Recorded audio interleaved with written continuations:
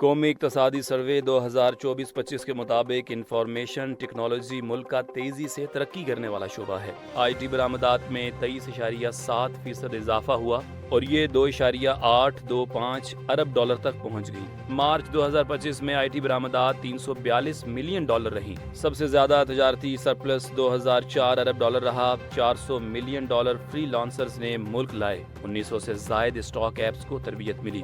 12,000 خواتین بااختیار ہوئیں۔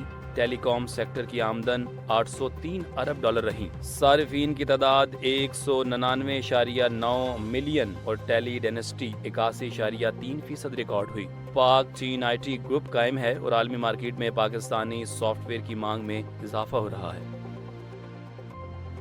وزیر اعظم شہباز شریف کی ہدایت پر اسلام آباد میں پاکستان اسپورٹس کمپلیکس میں ارشد ندیم اسپورٹس اکیڈمی تعمیر کرنے کا فیصلہ کیا گیا ہے۔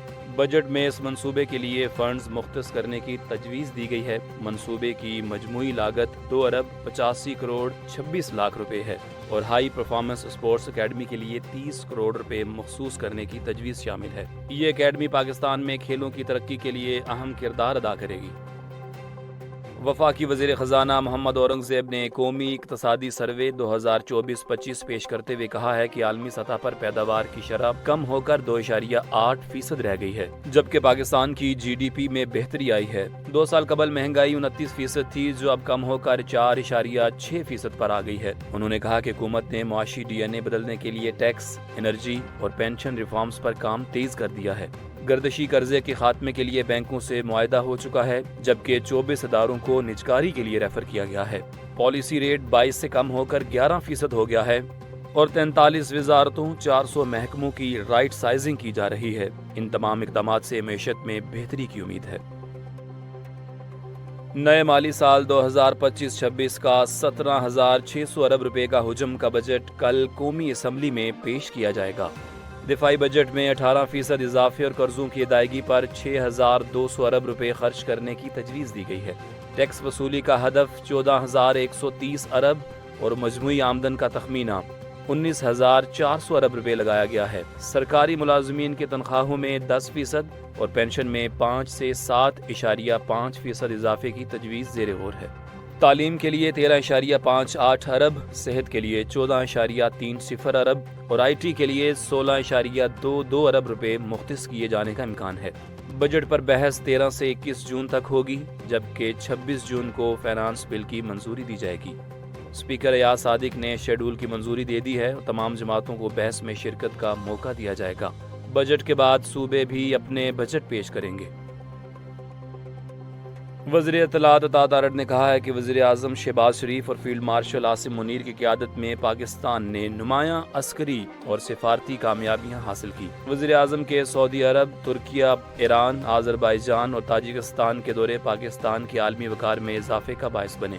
خانہ کعبہ کا دروازہ خصوصی طور پر وزیر اعظم کے لیے کھولا گیا۔ سعودی ولی عہد نے خود وزیر اعظم کو گاڑی میں شاہی زہرانے کے لیے لے کر گئے۔ وزیر اعظم نے عید پر عالمی رہنماؤں اور ملک کی قیادت کو مبارکباد دی۔ نائب وزیر اعظم اسحاق ڈار کے دورے بھی عالمی سطح پر پذیرائی کا حصہ ہیں۔ پاکستان اب معاشی استحکام کی جانب گامزن ہے اور دنیا نے ہمارے موقف کو تسلیم کیا ہے۔ اسپین کے دارالحکومت میڈرڈ میں وزیر اعظم پیڈرو سینچیز کے خلاف بڑے پیمانے پر مظاہرہ کیا گیا، جس میں ان سے استعفیٰ اور فوری انتخابات کا مطالبہ کیا گیا۔ مظاہرہ قدامت پسند اپوزیشن پاپولر پارٹی کی کال پر ہوا، جس میں ہزاروں افراد نے شرکت کی۔ احتجاج کا مرکزی نعرہ تھا جمہوریت یا مافیا۔ پاپولر پارٹی کے مطابق مظاہرین کی تعداد 1 لاکھ سے زائد تھی، جبکہ سرکاری اعداد و شمار 45 سے 50 ہزار کے درمیان بتاتے ہیں۔ احتجاج سابق سوشلسٹ رہنما لائرے ڈیز کی لیک آڈیو کے بعد سامنے آیا، جس میں ان پر سینچیز کی بیوی، بھائی اور سابق وزیر کے خلاف تحقیقات پر اثر انداز ہونے کا الزام ہے۔ ڈیز نے الزامات کو مسترد کرتے ہوئے استعفیٰ دے دیا ہے۔ پاپولر پارٹی کے رہنما فیوخو نے حکومت پر مافیا جیسے رویے اپنانے کا الزام لگایا۔ وزیر اعظم سینچیز پہلے بھی 2024 میں مستعفی ہونے پر غور کر چکے ہیں۔ کولڈ کیس اسکینڈل اور دیگر الزامات کے باوجود حکومت کا کہنا ہے کہ یہ سب دائیں بازو کی مہم کا حصہ ہے۔ عام انتخابات 2027 میں متوقع ہیں، مگر تازہ سروے میں پاپولر پارٹی کو معمولی سبقت حاصل ہے۔ اسرائیلی فوج نے انسانی امداد لے جانے والی کشتی میڈلن پر بین الاقوامی پانیوں میں کارروائی کرتے ہوئے کنٹرول سنبھال لیا اور اس میں سوار تمام رضاکاروں کو حراست میں لے لیا۔ فریڈم فلوٹیلا کولیشن کی یہ کشتی غزہ کے محصور فلسطینیوں تک امداد پہنچانے کے مشن پر تھی۔ اسرائیلی بحریہ نے کشتی کے مواصلاتی نظام کو بھی بند کر دیا، جبکہ کشتی میں موجود افراد پر ایک سفید کیمیکل اسپرے بھی کیا گیا جس کے منفی اثرات رپورٹ ہوئے ہیں۔ کشتی کو اشدود بندر کا منتقل کر دیا گیا ہے۔ اس پر معروف ماحولیاتی کارکن گریڈا تھنبرگ اور یورپی رکن پارلیمان ریما حسن بھی سوار تھیں۔